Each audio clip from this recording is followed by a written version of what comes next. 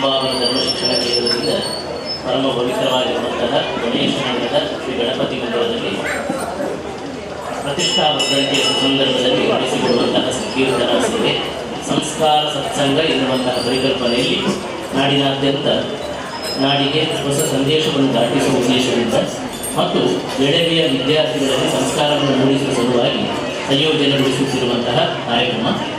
ಈ ಕಾರ್ಯಕ್ರಮದಲ್ಲಿ ಶ್ಲೋಕ ಪಠಣಾದಿ ಸಂಕೀರ್ತನ ಸೇವೆ ಭಗವಚ್ಚರಣಕ್ಕೆ ಸಮರ್ಪಣೆಯಾಗಿದೆ.